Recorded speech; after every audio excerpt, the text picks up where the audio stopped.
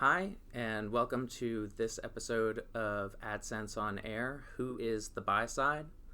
I'm Edward, and I've been a programmatic account strategist here at Google for the past 3 years, helping large-scale advertisers optimize their ad campaign performance. Throughout this presentation, we hope to shed some light on how advertisers think about purchasing media, which we in turn hope will help publishers like yourselves capitalize on what advertisers are looking for. So before we jump into it, I'd like to remind you to please register at g.co/AdSense on air and share your questions with us at g.co/AdSense question. And we'll do our best to answer as many questions as we can when we wrap up at the end. Another reminder is that after this live stream, we'll be sending out a survey for your feedback. We'd really appreciate any feedback that you share so that we can continue to improve and develop content that's relevant for you. So we'll start by going through the agenda for this presentation. Some of the questions that we'd like to review are: what are advertisers looking for from their media? How do advertisers approach purchasing media? And how do advertisers evaluate their campaign performance? And by looking at some of these questions, what we hope to answer is, what can publishers do to market themselves better to advertisers? And then we're going to leave some time at the end to review any questions that you have for us. So, what are advertisers looking for from their media? The digital ad industry has changed a lot since the days when advertisers were simply counting the number of eyeballs exposed to the ads that they've run. Advertisers are looking for more out of their ad campaigns, so what specifically are they looking for? Meaningful customer engagements. What does this really mean? It means that advertisers want their ads to capture users' attention. They want users to interact with their ads in some way, whether that means by viewing and listening to a video, or identifying with the customization of a display ad unit. They're looking for more engaging ways to interact with their customers. Measurable impact to their business. Advertisers want to see some return on their investment, and they want to understand how the ads that they're running are increasing their own revenue streams. And third, they're looking for a deeper understanding of their customers. Advertisers want to learn more about their customers so that they can better understand how to interact with them. There's so much data available through programmatic advertising that advertisers are looking for insights into the user behavior before a user makes purchases on their website, and they want to understand the demographics and audience segments that their ads resonate most with. So how does this translate to the programmatic media landscape? Brand suitable, relevant content. To create meaningful customer engagements, advertisers are looking to run their media alongside content that they're confident that their users will engage with. Further, they're looking to ensure that the content that they run against doesn't conflict with the brand image that they're trying to promote. Viewable impressions. To better understand the impact that their ad campaigns are having for their business, it's critical for advertisers that their ads are being seen. Advertisers are beginning to analyze how viewable ads are impacting their conversion volumes, and they understand that an ad that isn't seen is money wasted, which of course is something that they're eager to avoid. And measurable response. To deepen their understanding of their customers, advertisers are investing heavily in ways to measure the user response to their ad campaigns. This can be done in many ways, including brand lift studies for videos, as well as by integrating with third-party measurement platforms to ensure that their ads are being delivered on appropriate content and that key metrics like viewability can be measured. So, viewability is clearly critical for advertisers, so I want to take a second to just review the concept, as well as speak to how it's not only beneficial to advertisers, but also to publishers. So, a quick overview of viewability. Viewability is a measure of how many of your impressions are seen by users. An impression is considered viewable when it's appeared within a user's browser and has had the opportunity to be seen. The IAB defines standards for what that opportunity to be seen is, And those standards are 50% of an ad must be in view in a browser for at least 1 second for display ads and at least 2 seconds for video ads. So how does viewable inventory benefit publishers? Well, advertisers care that their ads are seen so that those ads can influence the user's probability of converting. And as such, advertisers are willing to pay a premium for inventory that has a high likelihood of being measured as viewable. An analysis of global delivery data from the first half of 2019 showed that inventory with a greater than 50% predicted likelihood of being viewable, CPMs were 26% higher than inventory with lower predicted probability. Moving on, how do advertisers approach purchasing media? The first step toward understanding how advertisers think about the media they're buying is understanding how they think about the path a user takes to becoming a brand's customer, which is represented through this customer sales funnel. At the top of the funnel is all of the potential customers a brand could have. A segment of these people are going to be people who have interests that are associated with the brand, and these people are closer to becoming a brand's customer than a user without any associated interests. So they're represented a step further down the funnel. Then there are users who are actually in market for something that the brand sells, who are another step closer to becoming a customer. And then finally, there are users who have actually engaged with the brand in some way, whether that be visiting a store or visiting the website. These users are generally considered the closest to going on to making a purchase. If you think about it, the marketing messaging that a brand develops for a user who's already visited a store could be quite different than for a user who's never even heard of the brand. So take this example of 2 generic ads. You can see that the messaging is quite different for each of them. And this example highlights the 2 main ways that advertisers categorize the ad campaigns that they run. Campaigns tend to either be branding campaigns, which are meant to establish the brand name and ideology among users who aren't necessarily familiar with the brand, or who aren't in market to make a purchase yet, but might be at a later date. And then there's direct response campaigns, which are meant to elicit some sort of action, or what we call conversion, from a user it targets. What a conversion is depends entirely on what the advertiser is trying to accomplish with their campaign. It could be getting a user to sign up for a mailing list, but it's very often thought about as just completing a purchase. In addition to ad messaging, there are significant differences in the targeting strategies that advertisers use to reach users at different stages of the customer sales funnel. So here is a representation of some of the common strategies that get used for buyers or by buyers for users at different stages in the funnel, as well as how advertisers think about different sections of the funnel with regard to branding or direct response. You can see that branding campaigns are generally targeted to users higher up the funnel, while direct response campaigns are targeted to users who are further down the funnel or users who are closer to converting. Branding campaigns generally use broader forms of targeting, like content targeting, which could be a list of sites with content relevant to the brand, or it could be sites that contain keywords that the brand has identified as contextually relevant to their ideology. Branding campaigns will also target audiences that have demonstrated an affinity for the market or vertical that the brand is in, and these could be users who have visited sites that are related to what the brand sells. Direct response campaign targeting is much more specific.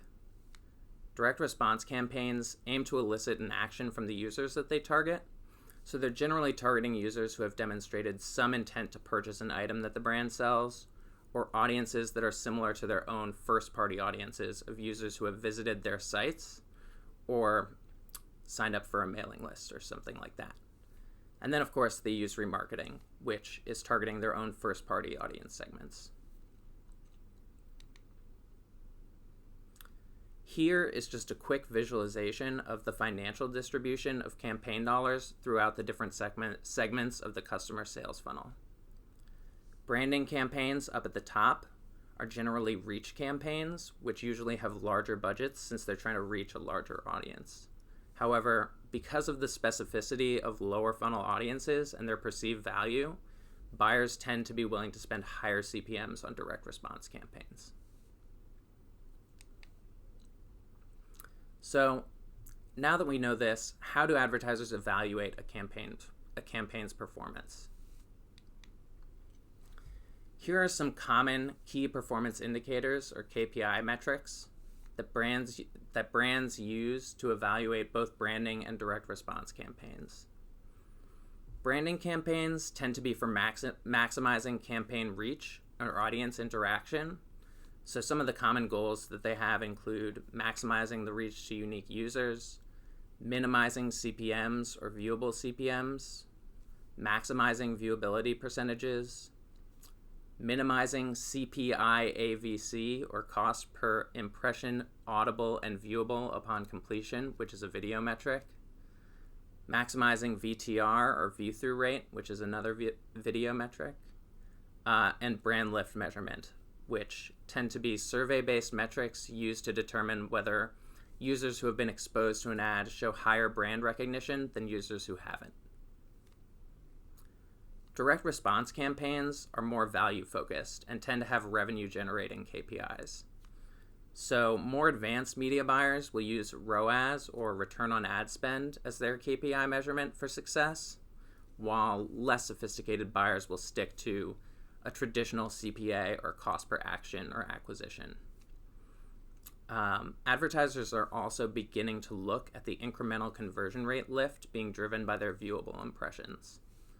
So, as I mentioned earlier, brands are getting more sophisticated when it comes to determining the impact of viewable versus non-viewable ads. Some brands have started to measure the incremental lift that they're seeing from ads that have been measured as viewable, which means they're comparing the conversion rates of users who have seen their ads to those of users who haven't, and they're using that to evaluate their campaign performance. I thought it'd be interesting to go through an example of what an advertiser might look at to evaluate their campaign performance for a hypothetical ad campaign. In this example, a large-scale advertiser is running a campaign with the goal of driving site visits, and they have a floodlight on their website that they're using to measure conversions. The formats that they're using for this ad campaign are display, native, and video, and the targeting tactics that they're implementing are third-party audiences, which are generally audiences purchased from a third-party data provider, or DMP, contextual targeting, which could be a list of contextually relevant sites, or sites with content that include keywords that are relevant to the ad campaign. Demographic targeting, which could be demographics that a brand has determined their content or products are more relevant for. Google audiences, which are Google-sourced audiences available through Google's demand-side platform, or DSP, and lookalike audiences, which are audiences that are generated to resemble some specific seed audience based off of a variety of audience signals. Often the seed audience is an advertiser's first-party audience segment. So let's take a look at a couple of analyses that an advertiser might look at to gauge the performance of their campaign. Here we can see the percentage of impression and spend delivery and conversions that came from each of the ad formats that the campaign used, as well as the CPA and CPM performance metrics associated with them.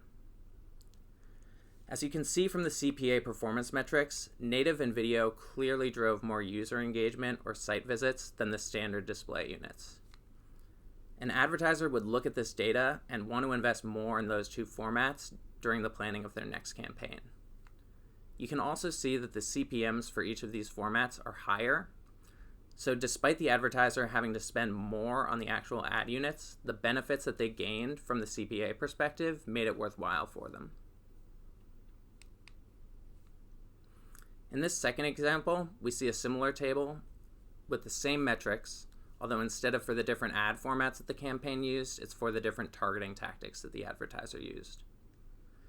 The data here is not quite as clear-cut as the previous table, but it's worth noting that the strongest performance tactic for this ad campaign came from an audience-based tactic, Google Audiences.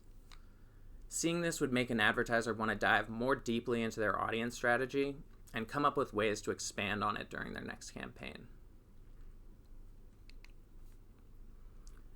So now that we've gone through how advertisers think about purchasing media and evaluate their campaign performance, what can publishers do to market themselves to advertisers better?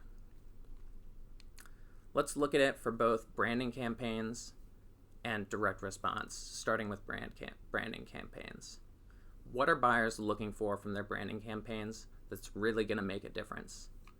The highest impact things are going to be highly viewable inventory, high video completion rates, and the ability to deliver third-party wrap tags so that advertisers can ensure the proper measurement of their ad campaigns. And looking at direct response, what are buyers looking for from their publishers for direct response campaigns? Again, the things that are going to have the highest impact: the ability to deliver personalized messaging to highly specific audiences, as well as the ability to track users across devices, or PPID enablement. And it's, again, the same as with branding campaigns, but it bears repeating. Highly viewable inventory is always top of mind, as is the ability to deliver third-party wrap tags.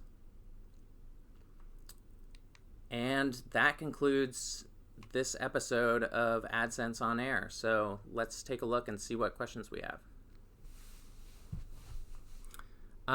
So the question is, what's the main difference between Google Ads and DV360?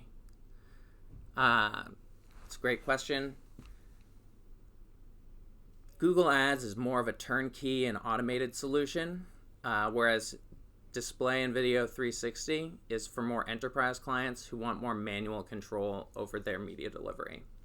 And another key differentiator between the two is that Google Ads only works on Google-owned properties, whereas Display and Video 360 has more third-party integrations with many different ad exchanges and can increase its scale in that way. Another question is there any other metric that buyers consider important besides ad viewability? Touched on this a little bit during the presentation. Advertisers look at a variety of metrics when evaluating the performance of their ad campaigns based on the ad campaign's goals. These are all predicated on delivering the right ad to the right user. And so something that we didn't actually go into during the presentation, but I think all advertisers consider very important, is invalid traffic. They want to make sure that, in the same way that they want to make sure that their ads are viewable, they want to make sure that those ads are being viewed by people. So minimizing invalid traffic is definitely something that advertisers look for when running their ad campaigns. And then, what types of bidding features are available to advertisers? There are many different bidding solutions offered by various partners, going from fixed bidding solutions to algorithmically determining bids based on a variety of signals that are input through bid requests. And yeah, that looks like all of the questions. So thank you for tuning in, and that is all.